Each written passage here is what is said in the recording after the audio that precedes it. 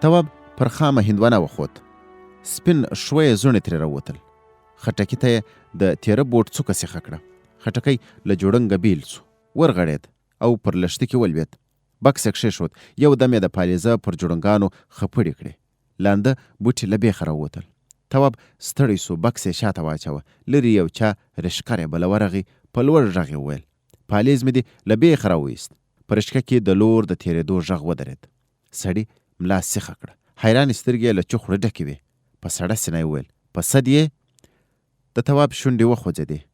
تاجو که یې نه منې نو ورسه ویې ګوره. سړي تندی تریو سو. غټان په خپل نوم مه بوله. هلک غبرګ لاسونه د سړي سترګو ته ونیول. نوکانو ته مې وګوره، له خټو ډک دي. سړي لور کښېښود. پوله یې په مخه ورکړه. تواب هم ګړندي ګامونه پسې واخیستل.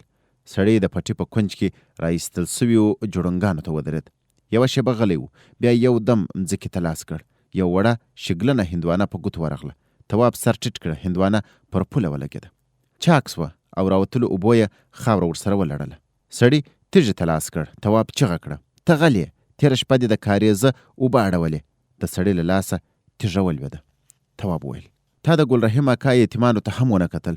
یوازې 2 پټي لري، خو ته د کاریزه سلامت شواروز خورې، بیا دې هم اوبه ترې غلا کړې. سړی حیرانې سترګې ورته نیولې وې. تواب وویل: په جومات کې وایم. سړي یو دم وخندل: ټول پالیز تر تاجار، ټوکې مې کولې، نه یم په غوسه.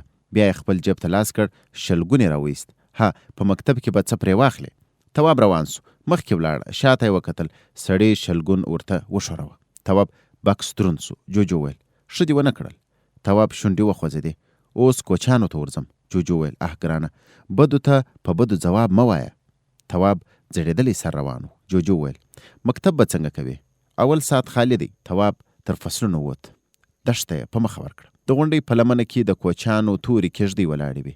جوجو وویل: د تېرې شپې کوچۍ به په کومه یو پسې غواړي. غټ کوچاني سپي غپ ول. منډه یې راواخیسته. بکس سپک سو. سپی ځای پر ځای ودرېد. وربوز یې په خاورو کښېښود. لکه یې له مځکې مړه دوړه پورته کړه. بېرته کېږدۍ ته ور وګرځېد. بکس دروند سو. دلته یې نسې موندلی. تواب وویل: ولې؟ سپي را یاده کړه چې بېګانۍ رمه تر غونډۍ ورهاخوا پسې غواړي. د تواب تندی تریو سو. سپی دروغ وایي. جوجو وخندل: ګرانه، د سپي سپکاوی مه کوه. که خبر سي نو د ځان توهین یې ګڼي. تواب پر یوه هواره تیږه کښېناست. مخامخ یې وکتل. 2 ځوانو کوچیو پچې جارو کولې. خرو لنډ لنډ ګامونه اخیستل. پښې یې تړلې وې. د جوجو غږ یې واورېد: د کوچیانو ژوند سخت دی. تواب وویل: خو ماته خوند راکوي. جوجو وخندل: په دې خبرو پسې مه ګرځه. تواب غلی و. جوجو وویل: راځه. چېرته؟ دا خوند باید له نږدې ووینو. هلک ورو روان سو. له یوې کېږدۍ یوه بوډۍ راووتله.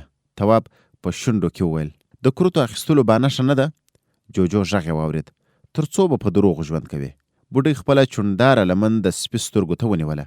په ظاهر خو ډډ غږ یې وویل: څه غواړې؟ تواب ورمخته سو. د یوه کوچي پوښتنه مې کوله. بېګا د انګورو په تاکونو کې یوه پاڼه هم نه ده پرېښې. بوډۍ وویل: موږ رمه نه لرو. مازې 2 میږ را پاتې دي. مردار نه پرې خورو. تواب په خبره کې ورولوېد. تږی یم. سپی وغږېد. یو دم غلی پرېوت. بوډۍ وویل: کېږدۍ ته ورننوځه. سپی خروړی دی. تواب ور وکتل.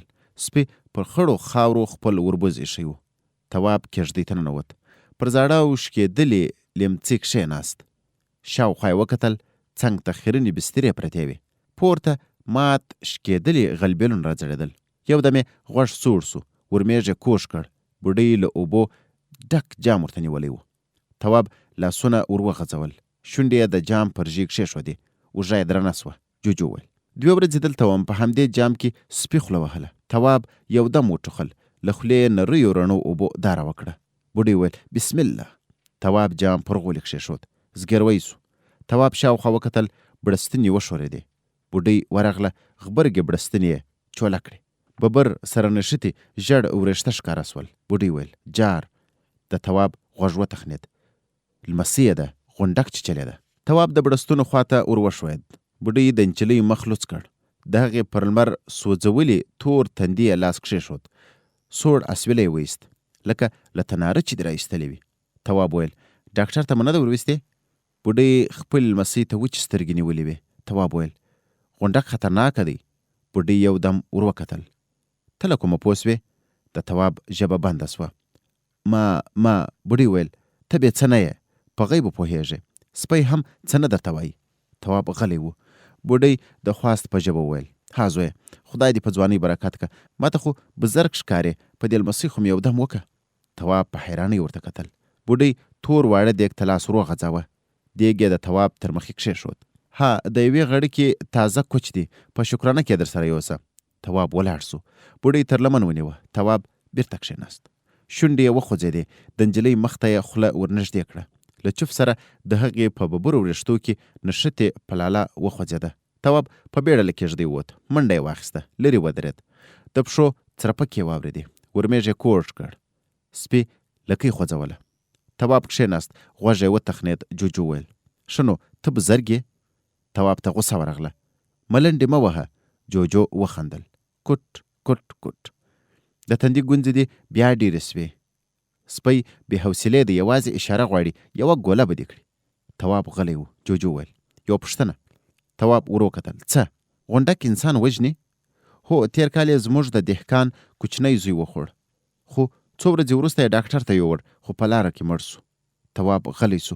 یو دم یې وویل اوس نو مه وایه چې غونډک بې ازاره دی. جوجو ویل بیا دې هم په قضاوت کې بیړه وکړه. غونډک مې ظالم وګاڼه، خو هغه را یاده کړه چې کلونه همدلته اوسېدو. بس کوچیان راغلل، غټې تیږې یې لرې کړې او کېږدۍ یې ودروله. موږ د موږکانو یو پخواني غار ته پناه یووړه، خو هلته هم په کراره پرې نه ښودو. نجلۍ ډکه بدنۍ په غار کې تشه کړه. یو شوخ زوی مې پر لمن وروخوت او د نجلۍ غاړې ته یې خوله وروړه. تواب غلی و. جوجو ویل ته خوشحاله چې دا کوچی مړه سي؟ تواب په حیرانۍ ور وکتل. جوجو ویل ورسه بوډۍ پوه کړه چې د نجلۍ غم وخوري. تواب ورو ولاړ سو. شېبه وروسته د کېږدۍ تر مخ ودرېد. بوډۍ د کوچو له دیګ سره راووتله. تواب ورو ویل نجلۍ باید ډاکټر ته ورسوي. بوډۍ وخندل. جار د ډاکټر کار یې نه دی، ستا دم به یې ټک پتری کړي. یو دم یې هلک تر لاس ونیوه او دواړه کېږدۍ ته ننوتل. بوډۍ د نجلۍ له مخې بړستن لرې کړ. په خوند یې وویل ها ورته وګوره، کراره پرته ده. تواب ور وکتل. د نجلۍ د خولې لنده غاړه تکه شنه وه. بوډۍ ویل پیاز مې په اور کې ایښی، بس چې خوړین سو په غاړه به یې ور وتړم. ټول زار او نونه به یې راوباسي. ډټ کوچانی غږ واورېدل سو. دا څوک دی؟ تواب په بیړه ور وکتل. له عمره پوخ چاغ ګردی سړی ولاړ و. بوډۍ وخندل. تږی و، خو په بزرګۍ کې شک نسته. یوه چوف یې سنځله کراره پرېسته. کوچي لوی ډانګ د کېږدۍ ټاټ ته ودروه. خیرن بالښت ته یې ولې ولګولې. په ډټ کوچاني غږ یې وویل ادې جونګی مې خرڅ کړ. بوډۍ یودم کښېناسته. تواب ور وکتل. د ښځې رنګ الوتی و. کوچي وویل خوا مه بدوه، په کور کې یوه لپه اوړه هم نسته. د بوډۍ د تندي ګونځې لا پس ژورې سوې. همدا یو جونګی را پاتې و. کوچي ته غوسه ورغله. بلا ورپسې هلکان خو له لوږې نه سو مړه کولی. میږ رمباړه کړه. تواب ور وکتل. دوه واړه هلکان په څو ډنګرو میږو پسې روان وو. یوه یې پرتوګ نه درلود. اوږده لمنه یې باد وهله. د کوچي غږ یې واورېد. مړۍ خورې؟ تواب ورمیږ کوږ کړ. کوچي ده ته کتل. تواب په بیړه ویل نه. تر کېږدۍ ووت. ودرېد. کوچي ته یې مخ ور واړوه. په ویره یې ویل دا نجلۍ ډاکټر ته بوځمري. کوچي چغه کړه. ګلندامې دا چای زر زه کوم دې پسې څه کړ؟ ښځینه غږ یې واورېد. ځوځ اور نه اخلي، لانده دي. تواب ښۍ خواته وکتل. په خړ پنډ لوګي کې یوه ښځه پټه وه. ښځې یودم وټوخل. ولاړه سوه. سترګې تکې سرې وې. بیرته کښېناسته. ځوځو ته یې ورپو کړل. غوټه لوګی یوې خواته کوږ سو. تواب په ځړېدلي سر ګامونه واخیستل. جوجو یې پر اوږه کښېناست. ورو یې وویل هلکانو ته وګوره. تواب سر پورته کړ. بې پرتوګه هلک په خاورو کې ناست و. پر خوله او پوزه یې مچان بڼېدل. بل د کوټې خلاصو پښو ته پړی ور اچولی و. جوجو ویل اوس پوه سوې چې کوچیان سخت ژوند لري؟ تواب یې په خبره کې ورولوېد. زه څه خبر وم؟ په کتابونو کې ډېر صفت راغلی. ان لوی شاعران او لیکوالان یې لا په صفت نه مړېږي. جوجو وخندل. ګرانه په دې خبرو پسې مه ګرځه. زه 2-3 ورځې له کوچیانو سره وم. ډېر څه مې لیکلي، خو لمر دی برکه تورې سم نه ښکاري. تواب غلی روان و. جوجو ویل شاعران او لیکوالان دې یاد کړل. ما هم د دوی ځینې لیکنې ولوستې، خو زه ډاډه یم چې کوچیانو ته یې پر پاخه سړک د روان موټر له شیشو ورکتلي دي. دوی له لرې د هغې پیغلې کوچي تصویر اخیستی چې په اوښانو پسې روانه ده، خو هېڅکله د هغې له وچو شونډو راوتلی ستړی نه دی اورېدلی. د هغې په چاو د پوندو کې تللیو اغزیو ته پام نه دی وراوښتی. د هغې د تندي مړو خولو ته یې نه دي کتلي. د هغې په تنکي عمر کې د سترګو شاوخوا ګونځې نه دي لیدلي. جوجو غلی سو. تواب هماغسې ځړېدلی سر روان و. جوجو ویل شرط تړم که په همدې شاعر او لیکوال یوه ورځ د کوچي بړستن هواره کړې تر سهاره به یې سپوږمۍ ټینګې نیولې وي. که د ډوډۍ ورته کښېښوده په کاسه کې به وریښتان پسې غواړي. دوی د کوچیانو د ژوند په صفت نه مړېږي. خو که ورته ووایه چې یوه اونۍ ژوند ورسره وکړه نو د پوچو د بوی او دوړو له لاسه به یې تشناب کاغذ سپوږمو ته نیولی وي. یوه شېبه یې د موټر له ښو یوه کوچي پیغله ولیده. 100 مخه یې په صفت ډک کړل. جوجو غلی سو. د تواب پر اوږه یې چونګاره ولګول. لیکوال او شاعران باید څه وکړي؟ تواب ویل څه وکړي؟ ښه پوښتنه ده. په اوښ پسې روانه کوچي او په غره کې د شپېلۍ غږ ټول ژوند نه دی. هر څه ته باید د واقعیت په سترګه وګوري. د هغې کوچي سرې سترګې دې ولیکي چې په لندو ځو ځو اور بلوي او سږي یې له لوګي ډک دي. هغه نجلۍ دې انځور کړي چې غونډک چیچلې خو ډاکټر نه لري. هغه بې پرتوګه ماشوم دې یاد کړي چې پر خوله او پزه یې مچان بڼېږي او له مکتبه محروم دی. د هغو کوچیانو ستونزې دې وڅېړي چې ټوله مالداري یې ناروغۍ ورته تباه کړه. تواب غلی و. جوجو ویل راته ووایه چې ګټه به یې څه وي؟ هلک همدا پوښتنه تکرار کړه. جوجو ویل واقعي لیکنې به د کوچیانو ستونزو ته د نورو پام ور واړوي. د دوی له رښتینې ژونده به خبر سي. کیدای سي چې سیار مکتب او شفاخانه ورته جوړه کړي. د مالدارۍ غم یې وخوري. که نور نه وي د هوایي خبرو پر ځای خو به یې واقعیت ویلی وي. د تواب شونډې وخوځېدې. مکتب راورسېد. اوږه یې سپکه سوه. ملک وویل یوازې تفدانۍ پاتې دي. یو ځوان په منډه جومات ته ننوت. بېرته راغی. 2 تفدانۍ پر هوارې غالۍ کښېښودې. ملک وویل ښه ځای دی، هوا چلیږي. څپلۍ یې ویستې. پر رنګارنګ هوارو ټغرونو مخکې ولاړ. د زاړه توت تنې ته ایښې بالښت ته یې ډډه ووهل او ویې ویل د چایو غم مو خوړلی دی؟ یو کلیوال په بیړه ځواب ورکړ کورونو ته مو احوال ورکړی دی، چای او ډوډۍ په خپل وخت راځي. ملک غټه چونډۍ نسوار تر ژبې لاندې کړه. ورو یې ویل ناوخته سول. کلیوال غلی و. ملک ویل تواب زویه د جومات بام ته وخیژه. تواب پر خټینو زینو وخوت. شمال لور ته یې وکتل. دښته له شنو سپاندو ډکه وه. ورمېږ یې کوږ کړ. لمر یې سترګو ته سیخ سو. ښی لاس یې پر وروځو کښېښود. په لوړ غږ یې وویل د زړې کلا له خوا خلک را روان دي. یو کلیوال خوله پورته ونیوله. څو کسان دي؟ نه پوهېږم، له دې ځایه سم نه ښکاري. د ګلدین کاکا تر سنځلو را تېر سول. هماغه سړي ورغږ کړل څوک دي؟ ملک وخندل. یار مې رحمده عجبه ساده خبرې دې وکړه. لرې دی هلک یې شمېرلی نیسي نو څنګه به یې وپېژني؟ نورو کلیوالو وخندل. تواب د بام پر ژۍ کښېناست. د توتکیو غچا سوه. مخ یې ور واړوه. د جومات پر سپیکر 2 توتکۍ ناستې وې. لاندې یې وکتل. د زاړه توت څانګې پر ناستو کسانو ورغلې وې.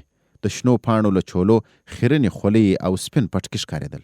غرهاری سو. 2 ټیټې نرۍ هلیکوپټرې راغلې. تکې تورې وې. دښته یې په مخه ورکړه. له خپلو سیوریو سره یو ځای تلې. تواب ودرېد. چغه یې کړه. نور هم راغلل. له لاندې یو کلیوال په لوړ غږ وویل موټر دی؟ هو. څو دانې؟ نه پوهېږم، په دوړو کې نه ښکاري. تواب مخکې ولاړ. په ځیر یې دښتې ته وکتل. د مخکني موټر ښیښه برېښېدله. نور په دوړو کې پټ ول. تواب د بام پر دودکش مټ ولګاوه. یو دم شاته ولاړ. له دودکشه سرې غومبسې راووتلې. تواب په منډه له بامه کښته سو. ملک ویل چا نه و درته ویلي؟ د تواب شونډې وخوځېدې. غلبوزې وې. کلیوالو وخندل. تواب ویالې ته ور وګرځېد. یوه له پرڼې اوبه یې مخ ته ور واچولې. اوږه یې درنه سوه. جوجو ویل څه خبره ده؟ تواب په بیړه شاوخوا وکتل. کلیوال لرې و. مرکه ده. هغه د چرګو پر سر د مړي کیسه؟ هو. د موټر هارن واورېدل سو. تواب په پښو ودرېد. له تنګې کوڅې 3 موټر راووتل. دروازې خلاص شوې. ټولو سپینې او ژېړې لونګۍ تړلې وې. ملک او کلیوال مخکې ورغلل. غېږ یې ورکړې. پر لیکه هوارو تشکو کښېناستل. جوجو ویل په دې خلکو کې مې ایله د خیر کار ولید. پخلاینه ښه ده. تواب غلی و. جوجو ویل نږدې نه ورځو؟ تواب له توت سره ودرېد. یو کلیوال ویل وهلکانو هلې شابس دا ځای ستاسو لپاره نه دی، ورسئ چای راوړئ. تواب او څو نور هلکان لرې سول. جوجو ویل غم مه کوه، زه احوال درته راوړم. د تواب اوږه سپکه سوه. تواب کوټې ته ورغی. جوجو په تاخچه کې ځړېدلی سر ناست و.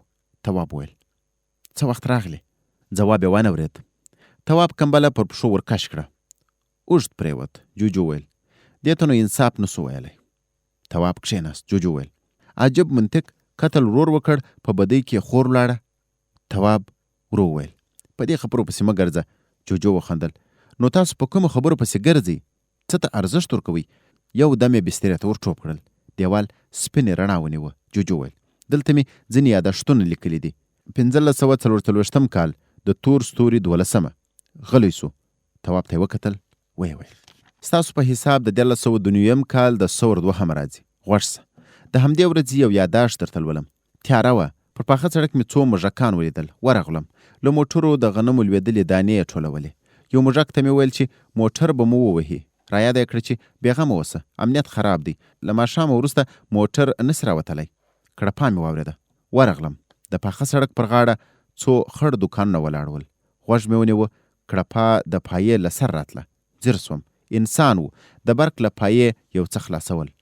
د یو دوکان تر مخ په خاورو کې پراته سپي ته مې چونډۍ ور ولګوله. سپي ټوپ کړل. لرې ودرېد. په وارخطا یې وویل. فکر مې وکړ چې انسان دی. بیرته خپل ځای ته راغی. وربوز پر خاور ولګاوه. سترګې پټې کړې. ومې ویل دا سړی څه کوي؟ سپي خوله خلاصه کړه. اوږد ارژمه یې ویست. په خوبولي غږ یې وویل له خوبه مې مه باسه. مجبور مې کړ. سپي په پټو سترګو ویل څه موده مخکې دلته یو موسسه راغله. شمسیان یې ولګولې. ښه مصرف یې نه غوښت. د لمر په واسطه یې بیټرۍ چارجېدلې. د شپې به سلګونو ګروپونو سپین رڼا کوله. ټول بازار روښانه کړی و. خو له څو ورځو راهیسې د همدې بازار د پوستې عسکر پرې مخته دي. هره شپه 3-4 شمسیانې او د هغوی بیټرۍ خلاصوي. پلور یې ما په خپله ولیدل. کومندان یې پیسې شمېرلې. جوجو غلی سو. رڼا ته یې لاس ورور. ویې ویل بله پاڼه مې واړوله. د تور ستوري 14. سهار وختي مې په سفینه کې لیکلی تحقیق سموه چې یو لوی درب سو. په بیړه د باندې ورغلم. تیاره وه. هېڅ هم نه ښکارېدل. د مرغانو د وزرونو شڼهاری مې واورېد. پورته وختم. څو وارخطا هیلۍ مې ولیدې. یوې ته مې د درب یادونه وکړه. له ویرې یې زبون وهل سوی و. خو بل راته ویل چې د پاخه سړک خواته ورسه. هماغسې مې وکړل. دوړه لا نه وه ناسته. نږدې ورغلم. د اوبو پر سر تړل سوي 20 متره اوږد پوخ پل ماته ملا پروت و. لرې په ونو کې پاڼې وخوځېدې. همغې خواته مې مخه کړه. 2 کسانو منډې وهلې. اوږدې ږیرې یې درلودې. یوه یې د موټر بیټرۍ په لاس کې نیولې وه. بل په روان حالت کې نری سیم ټولاوه. دوی تر نږدې باغه په منډه ول. خو کله چې تر پخڅې واوښتل تګ یې عادي سو. یو بل ته یې د پله د نړېدو مبارکي وویله. جوجو غلی سو. ورو یې ویل دې ته وایي وطن دوستي. تواب رڼا ته کتل. جوجو ویل د تور ستوري 14. دا خلک تل په غوسه وي. هوارې ټنډې مې نه دي لیدلي. په سمه خبره کې یې غوسه پرته وي. خندا نه پېژني. که یې خندلې هم وي نو د نورو د سپکاوي لپاره یې خندلې دي. یو ماښام یو جومات ته ور وګرځېدم. لویان او ماشومان ناست ول. د یو ماشوم باد پرې سو. ټولو وخندل. ډېر. هومره چې سترګو یې اوښکې وکړې. ماشوم ژړل. خو د خندا غږ د هغه تر ژړا ډېر لوړ و. د یوه سړي له ډېرې خندا ساه بنده سوه. له لمانځه وروسته هماغه سړی تر ټولو مخکې له جوماته ووت. پسې ورغلم. د سره ګشت لپاره یوې کنډوالې ته ورغی. هوا یې دومره خرابه کړه چې په کنده کې ناست ملخ زړه وچاودېد. خو ده ونه خندل. برعکس قواره یې جدي ښکارېده. بله ورځ یوه ښځه له خرې ولوېده. پر ړنګه ونه ناستو کسانو خپلو تشو ته لاسونه نیولي وو. په هماغه مازدیګر مې په یو بل کلي کې ډله ځوانان ولیدل. نږدې ورغلم. په یوه لیوني پسې یې پلاستیکي خلطه غوټه کړې وه. لکۍ یې ورته ویله. د خندا له لاسه پر هماغه خوا مرغۍ نه ورتلې. پر اخور ولاړ خره هم خندل. خو د هغه خندا منطقي وه. خره د انسانانو په سادهتوب پورې خندل. جوجو غلی سو. تواب ته یې وکتل. ویې ویل کوم کار مو سم دی؟ تواب وچې سترګې ورته نیولې وې. جوجو ویل د خپلو یادښتونو بله برخه به درته ولولم. یو ورځ یو څه لرې ولاړم. د وهل سویو ځنګلونو په اړه مې تحقیق کاوه. سوی او ګیدړه مې وغږول. ویل چې د اوسېدو ځای نه دی ورپاته. غرونه لوڅ شول. انسانانو ټولې ونې خرڅې کړې. د څېړۍ د یوه سپېره نیالګي پر شاخ کښېناستم. لاندې د سیند اوبه له لویو ډبرو سره لګېدې. شڼهاره یې خوت. ناڅاپه مې یوه پیغله ولیده. سر یې لوڅ و. په منډه کې یې تور وریښته یوې بلې خواته کېدل. یو ځای ودرېده. شاته یې وکتل. لویې ډبرې ته یې ولې ولګول. نږدې ورغلم. لوڅو پښو یې پر تیرو ډبرو د وینو څاڅکي پرېښول. نجلۍ تیزه تیزه ساه وهله. باد یې تور ویښته پر سپین مخ راویستل. نجلۍ پر مخ لاس تیر کړ، خو لا هم پر شونډو په پرته وینه کې څو تور ویښته سره شول. ناڅاپه ډس سو، له تیږې وړه ټوټه بیله سوه. نجلۍ منډه واخیسته، خو په دوهم ډز ځای پر ځای ودرېده. ځنګنونه یې پر وړو تیږو ولګېدل. له ولیو څخه یې وینه داره وکړه، ړنګه سوه، خړې ډبرې سرې سوې. شاوخوا مې وکتل، 2 ځوانانو منډې راوهلې. یوه یې ټوپک درلود، نږدې راغلل. د ټوپک له نلۍ څخه د سوځېدلو باروتو بوی ته. مړه نجلۍ یې تر لاسو او پښو ونیول، خړو اوبو ته یې ورخوشې کړه. پسې ومې کتل، تر یو څه ځایه روانو ځګونو تور ویښته ورسره وړل، وروسته ډوب سول. په ځوانان پسې تر کلي ورغلم. د نجلۍ مور بدې ورځې کولې، وریښته یې شکول. کیسه معلومه سوه، د نجلۍ له خولې راوتلي و چې یو ځوان ورباندې ګران دی. جوجو غلی سو، تواب ته یې وکتل، ویې ویل ورونه یې ووژله. دا خلک څومره مظلوم دي چې آن د ګرانښت حق هم نه لري. تواب رډې سترګې ورته نیولې وې. جوجو ویل بله پاڼه به راواړوم، دلته له قسمه پرته خبره نه کېږي. په قرآن که درواغ درته وایم، خدای مې دې ووهي که مې غلطه خبره کړې وي. په الله قسم که مې پیسې بیرته در نه کړې. دا خلک څومره پر یو بل بې باوره دي. یو بل ټکی، دلته ژوند څومره بې هدفه دی. بس وخوره، ویده سه، اولاد پیدا کړه او کوڅې ته یې وسپاره. نه یې د ساتلو غم ورسره وي او نه هم د تربیې. تنکي ځوانان په کنډوالو کې ناست وي او په ورغوي کې چرس میده کوي. بس سپیره وړه ورېښمینه لونګۍ او د ژمي یو پسه لاندې یې ټول ژوند دی. تر اوسه مې داسې څوک ونه لید چې بل ته یې خیر ورسېدلی وي. برعکس د یو بل پښې وهي. لوی دښمن یې تر ټولو نږدې خپل تربور دی. تل په بدو پسې ګرځي، ټول فتواوې ورکوي. مړ کړه، وتړه، اوبو ته یې واچوه. هر یو یې سیاستوال دی. له سهاره تر بېګا یو پاچاهي ړنګه کړې او بله جوړه. دوی د خوشحالۍ لپاره هیڅ هم نه کوي، خو غم په پیسو اخلي. جوجو غلی سو، تواب ته یې وکتل، ویې ویل ډېرې خبرې مې وکړې. خرهاری یې واورېد. جوجو پر دیوال لاس تیر کړ، رڼا ورکه سوه. ویې ویل څه بېغمه خلک دي. ورک سو. غرمه وه. تواب د کچالو جوې ته اوبه ور پرېښودې. پر پوله ورته کښېناست، پزه یې کش سوه. جوجو ویل دهقان مو زوړ دی، مرستې دې خوشحاله کړم. د تواب تندی تریو سو. هغه ته یې ځواب ورکړ، ولې؟ پرون مې پلار د وړو کندو بې ځایه کوه. دهقان ته یې احوال ور ولېږه، خو هغه ویل چې ناروغه دی. بیا نیکه ته غوسه ورغله. سړی یې راوغوښت، ور یاده یې کړه چې نور یې په پټیو کې ونه ویني. جوجو ویل نو د کندو بې ځای کول خو د دهقان کار نه دی. د تواب شونډې وخوځېدې. له دهقان سره یې په اوله ورځ ویلي و چې بېګار به وړي. واضح یې کړه. دلته پر دهقان نور شرطونه هم ایښودل کېږي. د بادار کور ته د غنمو او پروړو وړل، ژرنده، د بامونو کاږل او داسې نور. تواب په بیړه ولاړ سو. بیل یې ور واخیست، جوارو ته اوښتې اوبه یې وتړلې. جوجو ویل بېګا ډېر بې خوبه وې. تواب غلی و. جوجو ویل بېګا ناوخته د هغې نجلۍ کور ته ولاړم چې په بدو کې ور کړې وه. پوهېږې ځان وژني. تواب په رډو سترګو ورته وکتل. جوجو ویل نجلۍ د تناره په خونه کې یوازې ناسته وه. کاسې، پیالې، دسترخوان، مالګه، مرچک، هر څه تت او پاشلې پراته وو. نجلۍ ته یې وکتل، پر مخ یې تورې لیکې راښکارېدلې. نږدې ورغلم، په اوښکو کې یې رانجه ګډ و. د موږک ژړا مې واورېده. په دیوال کې جوړ سوي غار ته ورننوتم. یو کوچنی موږک ژړل. پرون پلاستیک یې د غنمو د پرتو دانو خواته زورونه وروهل، خو مور یې تر لکۍ ټینګ نیولی و. ماشوم مې په لوږه نه لورېده. پلاستیک ته مې لاس ور وغځاوه، خو د موږک مور یو دم چغه کړه. پام! په حیرانۍ مې ورته وکتل. د موږک مور ویل زهر دی. لاس مې راټول کړ. د موږک مور ویل په دې زهرو موږکان وژني. خاوند مې تېره میاشت همدا د غنمو رنګېدلې دانې وخوړې. شیبه وروسته یې په ګېډه درد سوه، سپین نس راواوښت. په خبره کې ورولوېدم. نو دا زهر دلته څه کوي؟ د موږک مور وویل لومړی مې زوی تر لکۍ ونیسه. هماغسې مې وکړل. د موږک مور د باندې ووته، خو ماشوم ژړل. زورونه یې وهل او د غنمو دانې یې غوښتې. د موږک مور د وچې ډوډۍ له یوې وړې ټوټې سره بیرته راغله. کوچنی غلی سو. ډوډۍ یې ور واخیسته. کونج ته کرار پرېوت. مور یې ویل مازدیګر مې د نجلۍ چغې واورېدې. د اور د خونې کړکۍ ته ور وختم. نجلۍ په چوتره کې ناسته وه. په لندو سپینو پایڅو پورې توره خاوره ښکارېدله. مور یې راغله. د نجلۍ سر یې په خپل ټټر پورې ونیوه. په خړو غومبرو یې اوښکې روانې سوې. وروسته یې نجلۍ ولاړه کړه، دواړه کوټې ته ننوتل. زړه مې بېطاقته سو. د اور له خونې د باندې ووتم. په انګړ کې مې د نجلۍ پلار ولید. خپلې وړې لور ته په غوسه و. ویلې چې زاڼه چا خبره کړه. وړې نجلۍ په وارخطایي ویل چې له زاڼې سره کاریزه ته تللې وه. دواړو منګي ډک کړل. کور ته د راتګ په حال کې مو د حاجي تور وړه لور ولیده. غوایي یې اوبو ته ورایستله. زاڼې ته یې ویل چې په بدو کې ورکړې. زاڼې چغه کړه. له اوږې یې منګی ولوېد او د کور خواته یې منډه راواخیسته. د زاڼې پلار یوه شېبه ولاړ و. بیا یې د ابدان چوشکې ته بدنۍ ونیوله او داسې وکړ او له انګړه د باندې ووت. کوټې ته ورغلم. زاڼه پر کټ ناسته وه. سلګۍ یې وهلې. مور یې په خواره خوله ویل قسمت به دې همداسې و. زاڼې یو دم چغه کړه. هغه سړی تر 50 کلونو اوښتی دی. بله ښځه هم لري. د زوی ژړا مې تر غوږ سوه او له هغه ځایه راووتم. موږک غلی سو.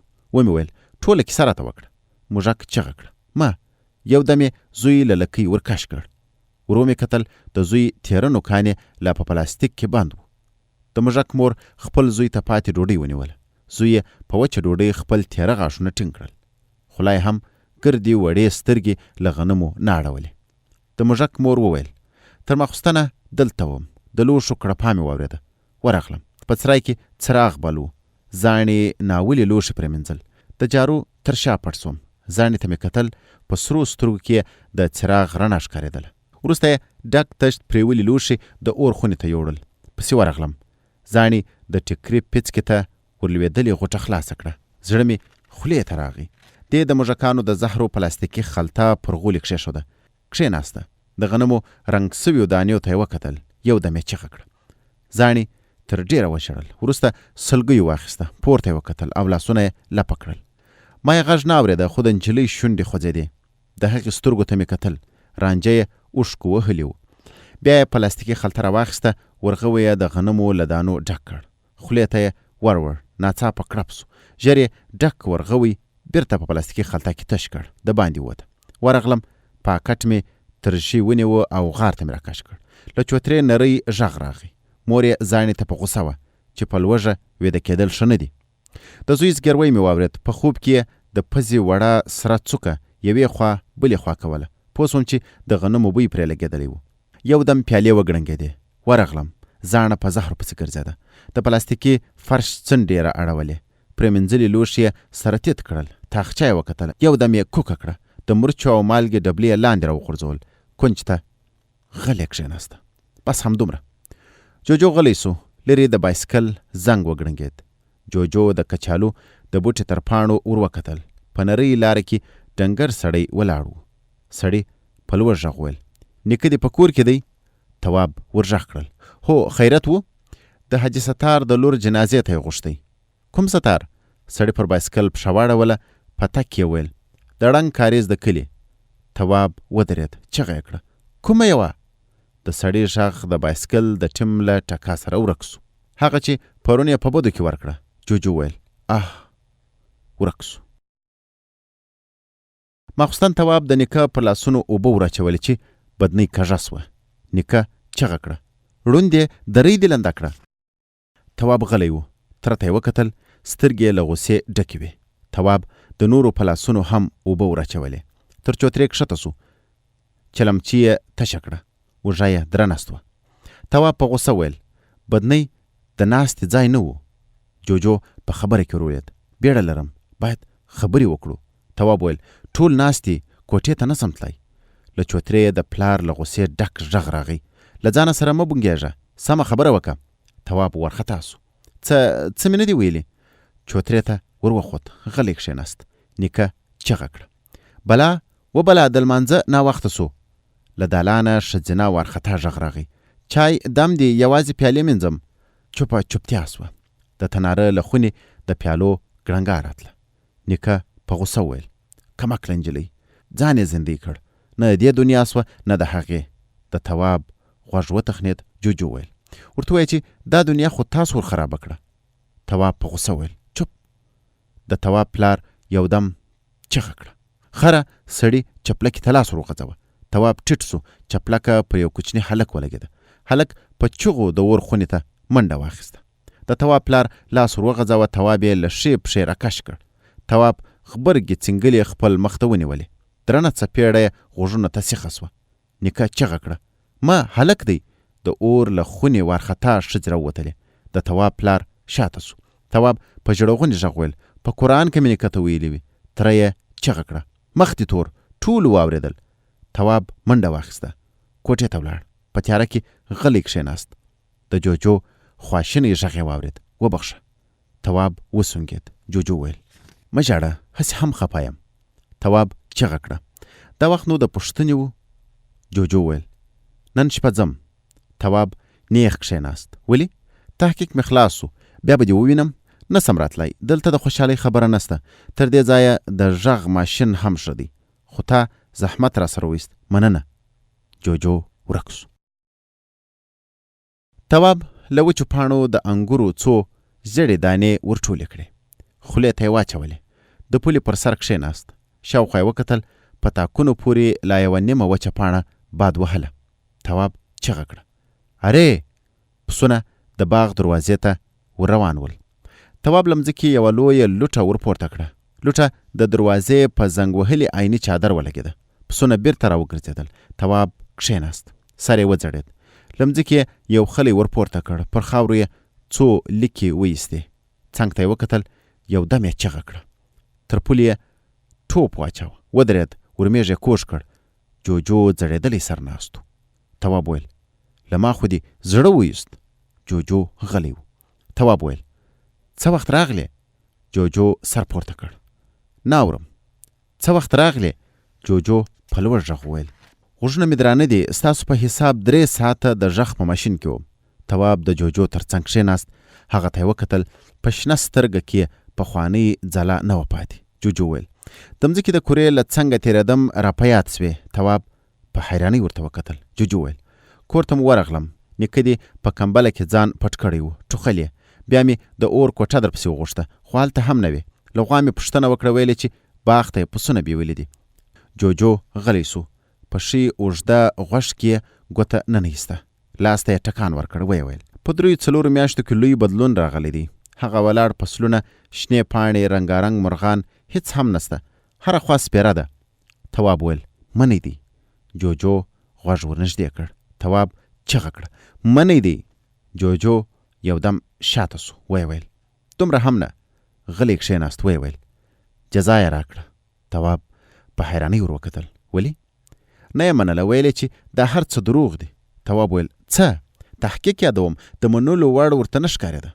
تواب په حیرانۍ ورته کتل. جوجو ویل، تحقیق مې معلم ته ور وسپاره. خوشحاله وم. د ښو نمرو تمه مې درلوده، خو په سبا یې د مکتب ادارې ته ور وغوښتم. د مکتب مدیر او معلم په غوسه ښکارېدل. ټول په یوه خوله ول چې تحقیق دروغ دی. حیران سوم. د وضاحت غوښتنه مې وکړه. د ستورو پیژندنې معلم ولاړ سو. ویې ویل، مدیر صاحب، زه تېر کال مځکې ته تللی وم. ډېرې برخې مې ولیدې. اوسېدونکي یې سم ژوند درلود. په مینه پوهېدل، له یو بل سره یې همکاري کول، خپل وطنونه ورباندې ګران و.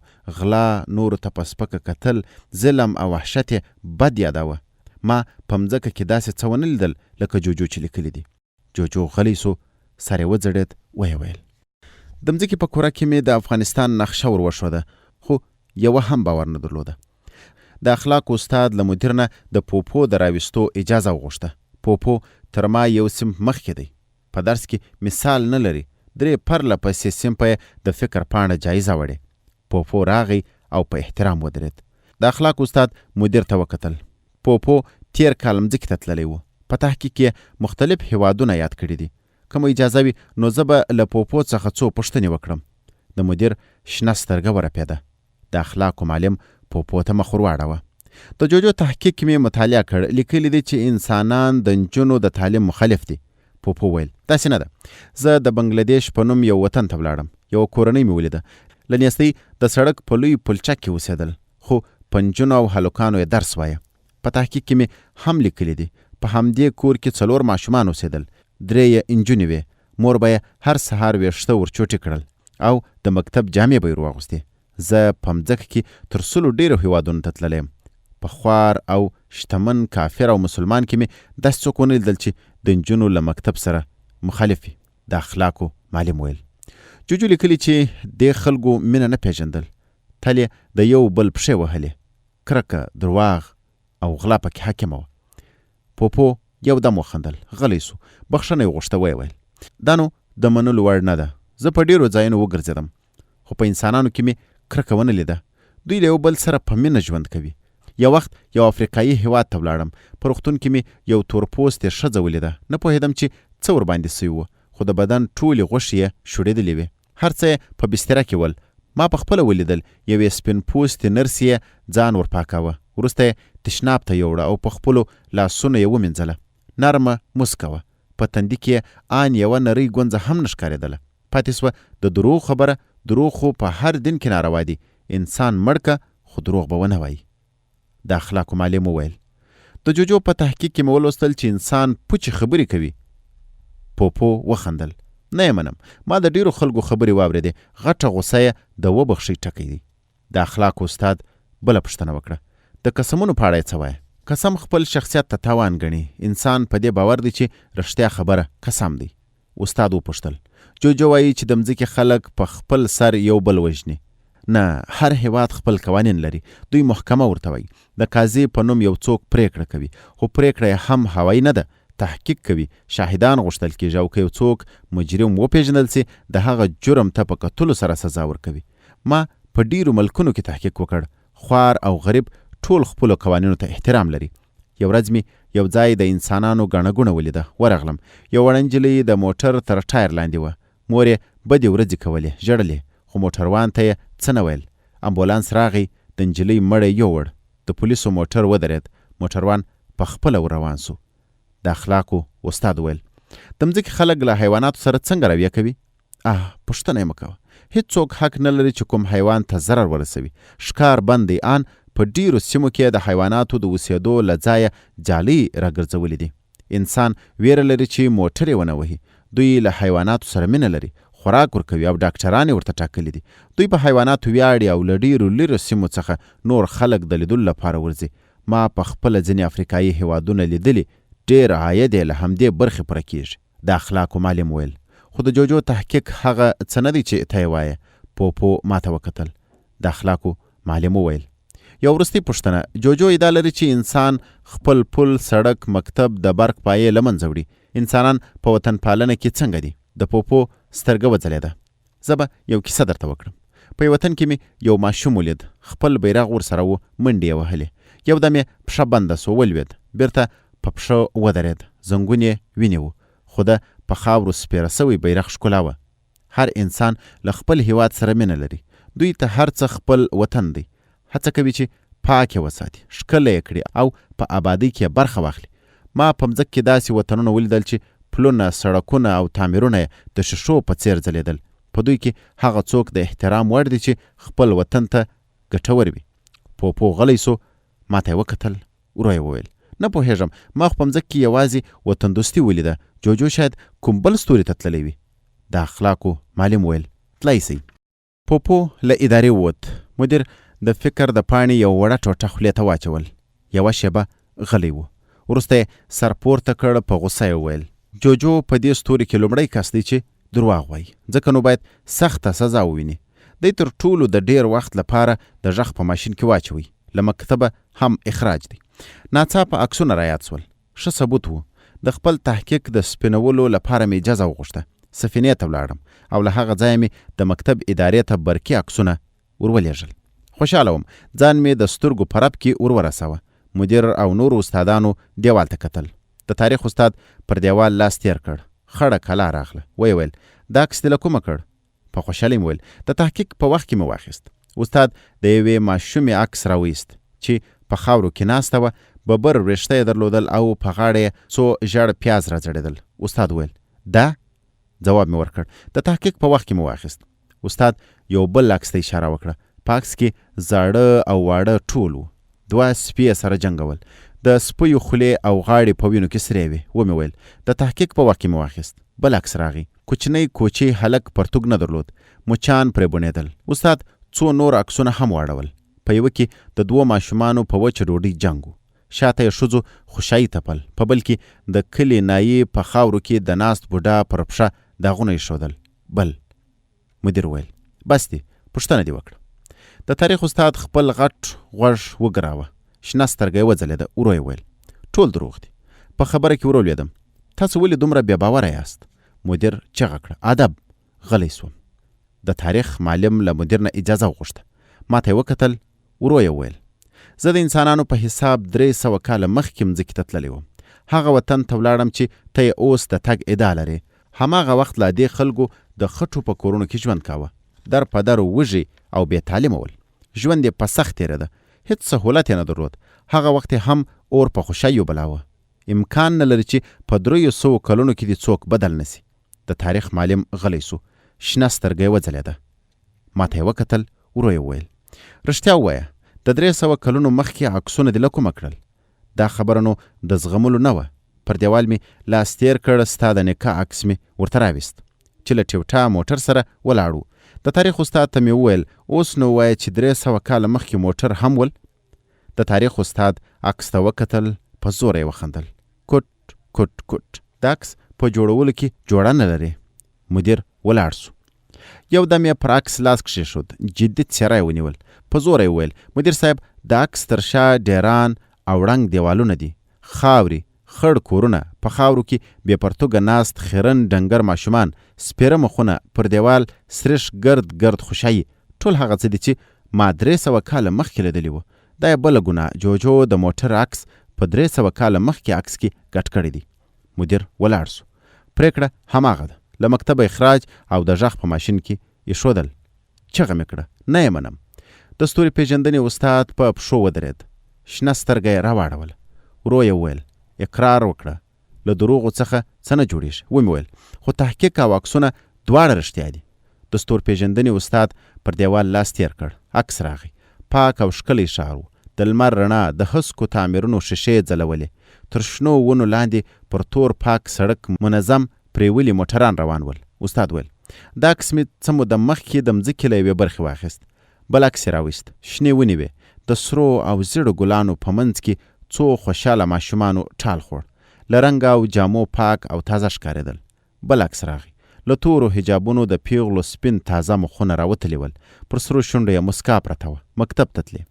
نور عکسونه هم بدل سول. په هوا کې د ریل پټلۍ او تور سړکونه، د تیارو او کمپیوټر د جوړولو کارخانې، په نس ماړه خلک، شنه او پرېولي ځنګلونه، د خلکو په منځ کې کرارې هوسۍ، ټول هغه څه چې زما له عکسونو سره فرق درلود. ومې ویل تا یوازې آباد ملکونه راخیستي دي. استاد وخندل. ګرانه د خوارو انسانانو عکسونه هم را سره سته، خو هغه هم ستا د تحقیق خلاف دي. استاد خپل لاس پر دیوال تیر کړ. عکس راغی. یوې زړې ښځې یو ببرسرې لیونۍ ته په کاچوغه کې خواړه ورکول. استاد ویل دا خلک مې په یو اسیایي غریب هیواد کې پیدا کړل، خو بیا هم ستا د تحقیق تر انسانانو ښه دي. خوار به وي خو په لیوني پورې پلاستیک خلطې نه تړي. یو بل عکس یې راویست. استاد ویل دلته یو خوار ړوند بوډا ښکاري. تر سړکه نه سوای تېرېدی. تر څنګ ولاړ سړی میلیونر دی. د کیمیاوي سرې کارخانه لري. له خپل موټره ځکه راکښته سوی چې بوډا تر سړک واړوي. بل عکس راغی. دلته ګڼه ګوڼه ده. په سلګونو بېوزله خلک د خپل ښار د پاکولو لپاره راوتلي دي. وطن ورباندې ګران دی. مدیر چغه کړه بس دی. نورو دلایلو ته ضرورت نه لیدل کېږي. معلومه سوه چې د مځکې په ټوله کره کې دومره ساده خلک نسته لکه جوجو چې په تحقیق کې لیکلي دي. استاد پر دیوال لاس تېر کړ. عکسونه ورک سول.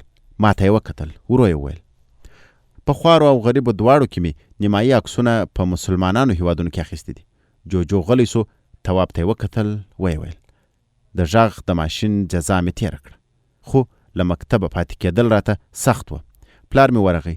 مدیر ته یې خواست وکړ چې زوی ته مې یو بل چانس هم ورکړي. جلسه کښېناسته. ویې منله. اوس یې له سره په تحقیق پسې رالېږلی یم. تواب په خبره کې ورولوېد. دلته تحقیق کوې؟ جوجو وخندل. ګرانه بیا مې مه شرموه. ورک سو.